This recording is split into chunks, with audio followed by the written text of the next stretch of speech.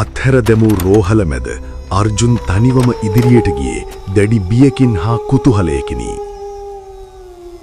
රෝහලේ කොරිඩෝව දිගේ ඇවිද යද්දී ඔහුට පිටුපසින් අමුතු පාසලකුණු හඬක් ඇසුණි.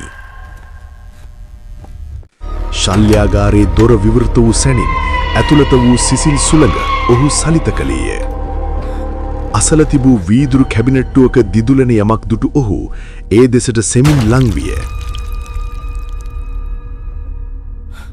වීදුරුව තුලින් අද්භූත හෙදියකගේ රූපයක් ඔහු දුටු අතර ඔහු ගල් ගැසී ගියේය.